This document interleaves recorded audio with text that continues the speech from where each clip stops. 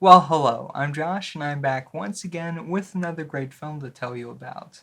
And as you can probably see, I have a little different setup today. It's, of course, Christmas time, so I thought I'd pick out a really good holiday film for you. And so, what better film to kick off the holidays with than Joe Dante's 1984 classic Gremlins? Okay, so Gremlins isn't really much of a Christmas movie. It was actually released during the summertime, but I mean, it's set during Christmas time, so that's probably the best time I can talk about it. So the story opens up in Chinatown, where an inventor named Randall is looking to sell his somewhat dysfunctional inventions.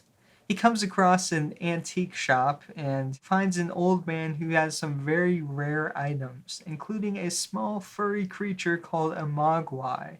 The man is hesitant to sell the creature, saying it is a big responsibility. Randall learns there are three rules for taking care of these mogwai.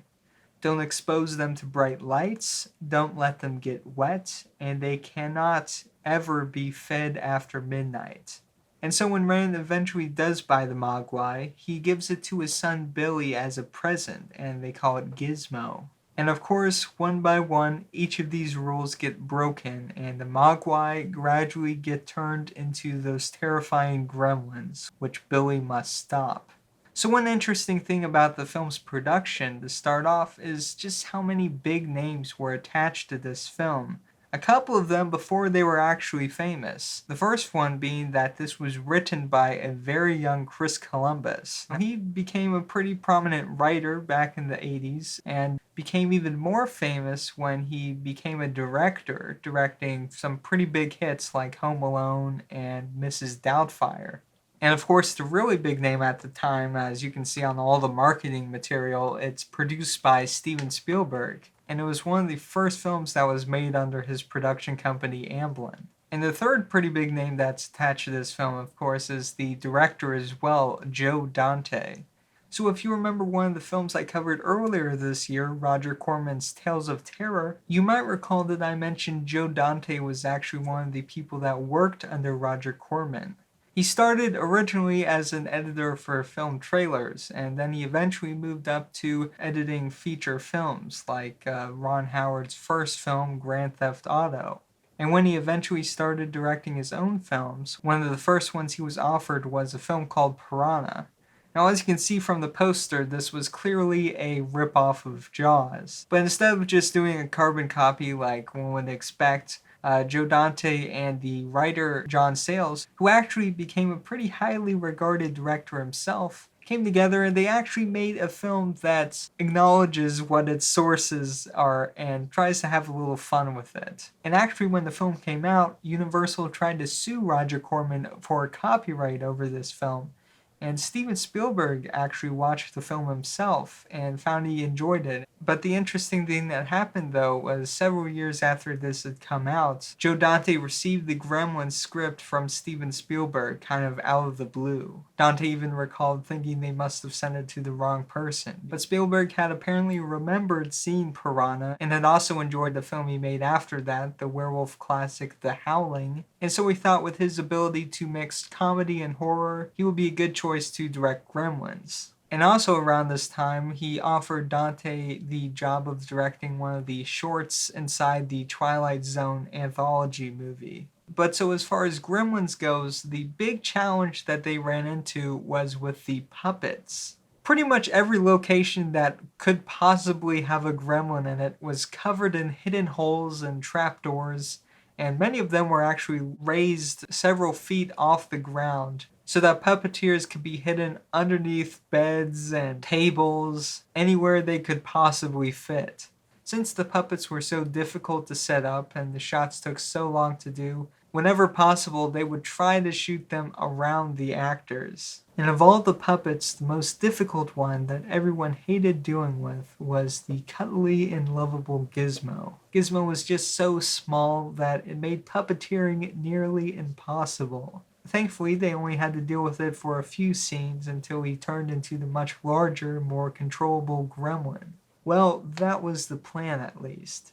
Originally, Gizmo was actually going to turn into the main villain of the film, Stripe, But once producer Steven Spielberg started taking a liking to Gizmo, he thought he should stay the nice furry mogwai through the rest of the film. This was not what everyone wanted to hear, especially since they kind of knew he was right. And since then, Dante has even credited this choice as being one of the reasons the film was so popular, but it was not without a lot of difficulty and frustration. And as you can see here, the crew got a chance to get back at Gizmo later in the film. That actually was one of the things listed on a piece of paper we put up for the crew, saying horrible things we can do to Gizmo. That's right. We had a list. And they had to be on the horrible things stage that we wall. could actually pull off, and that was one of them. One of the things I love about the puppetry that went into this film is just how creative they got with it and how much detail they pushed into it. For instance, I love how the longer they are around, they start to mimic the humans, often going for the worst aspects that they see. And this really adds a nice satirical element to the film, which is pretty fun. And the satire gets pushed even further in the underrated sequel, Gremlins 2: The New Batch. Another thing I like is just how the story goes in a completely different direction from what you might expect from the opening scenes. I mean, the very beginning is somewhat mysterious and fable-like, but aside from the title, the first probably 30 minutes feels like it's set in a classic Christmas film, clearly modeled after Frank Capra films like It's a Wonderful Life. And the main town is actually a quite famous one. It was used for some really classic films, such as To Kill a Mockingbird and later Back to the Future. In fact, the whole neighborhood is riddled with old movie locations and sets. And if you're curious, in the commentary tracks, Joe Dante actually does a pretty good job of pointing out a lot of these connections. But by setting this film in a very classic world with the beautiful matte paintings and everything, I think it just helps accelerate the tonal shift even further once the Gremlins come in and the film goes off the rails. And I think it also allows for a lot more stylization, as you can see with the lighting. Especially once the Gremlins come in, the lighting starts to take on an almost a giallo look with all the colors. Now, if you don't know, giallo is an Italian term for mysteries and thrillers, and back in the 60s and 70s, there were a ton of these kind of mystery, thriller, horror films that were being made by directors like Mario Bava and Dario Argento. And in these films, they would often incorporate a very stylized look with the lighting and the colors, using them to emphasize and create emotions in the audience. And so it seems like that's what they're doing here, to a pretty cool effect. Another thing I really enjoy about this film is just how many hidden jokes and cameos are in it. I know one that has become relatively famous over the past few years is the H.G. Wells time machine in the background during the phone conversation. In the first shot, you see it's being powered up in the background, and when it cuts back to it again, there's a huge cloud of smoke and the time machine is nowhere to be found. But in addition to that, the shot also includes cameos by Steven Spielberg and composer Jerry Goldsmith. Another fun cameo can be found even earlier in the film, where Billy is seen being complimented on his drawing by none other than Chuck Jones. Now, if you don't know, Chuck Jones was behind a ton of classic Looney Tunes cartoons. Joe Dante was a huge fan of Chuck Jones, and actually got him to direct a little opening short to the sequel, Gremlins 2, as well as even in the mid-2000s, Dante even directed the film Looney Tunes Back in Action. And along with the great detailing in the film and the puppeteering, this film has a really great cast of actors as well. I mean, it's got some pretty early performances from actors like Zach Galligan, Phoebe Cates, Corey Feldman, and Judge Reinhold, as well as a really great performance from Hoyt Axton as the father. And if you don't know, Axton was actually a pretty prominent songwriter back in the day, penning several songs for Three Dog Night, including one of their biggest hits, Joy to the World. And there are also a lot of great character actors who help fill the screen as well and really help give it that classic Hollywood Capra-esque feel. Joe Dante was actually kind of known for having several character actors that he would cast in different roles in just about all of his films. Dick Miller probably making the most frequent appearances. And another interesting casting choice that I don't think a lot of people know about is the voice of Gizmo was done by none other than the actor-comedian Howie Mandel.